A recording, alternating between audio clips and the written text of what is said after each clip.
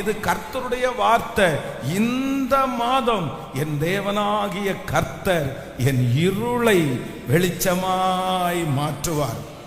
என் இருளை வெளிச்சமாய் மாற்றுவார். அதான் சங்கீதக்காரன் அவருக்கு இல்லாத எந்த வசதிகளும் இல்லை. அரண்மனையில இருக்கிறாரு. அரண்மனையில இருக்கிற சங்கீதக்காரனுக்கு வெளிச்சத்துக்கு என்ன குறைவு அப்படின்னா, லைட் போட்டா வெளிச்சம் எரிகிறது.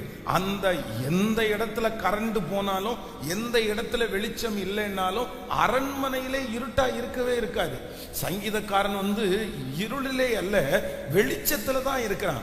ஆனா என்னன்னா, வெளியில இருக்கிற லைட்ஸ் எல்லாம் எரிஞ்சிட்டு இருந்தாலும் அவனுடைய இருதயத்திற்குள்ள என்ன இருக்கு அப்படின்னா, ஒரு இருள் இருக்கிறது.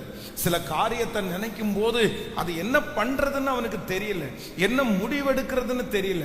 ஆனா அப்பதான் அவர் தன்னுடைய இருதயத்தில் ஒரு தீர்மானம் எடுக்கிறார். இந்த மாதம் என் தேவனாகிய கர்த்தர் என் இருளை அவர் வெளிச்சமாக்குவார். இந்த மாதம் உங்க பிள்ளையினுடைய வாழ்க்கையில இருக்கிற அந்த இருளை கர்த்தர் வெளிச்சமாய் மாற்றுவார். உங்க வியாபாரத்தில் இருக்கிற அந்த இருளை ஆண்டவர் வெளிச்சமாய் மாற்றுவார். சொல்லுங்க பார்க்கலாம், கைகளை உயர்த்தி இன்னொரு விசை கூட.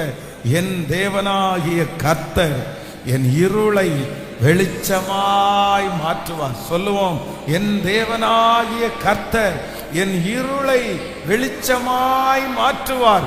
இந்த மாதம் எந்த மாதத்தை காட்டிலும் உங்களுக்கு ஒரு வெளிச்சம் பிரகாசிப்பிக்கும். வெளிச்சம் பிரகாசிப்பிக்கும். ஆண்டவராகிய இயேசு கிறிஸ்து அவர் பிறந்திருக்கிறார்.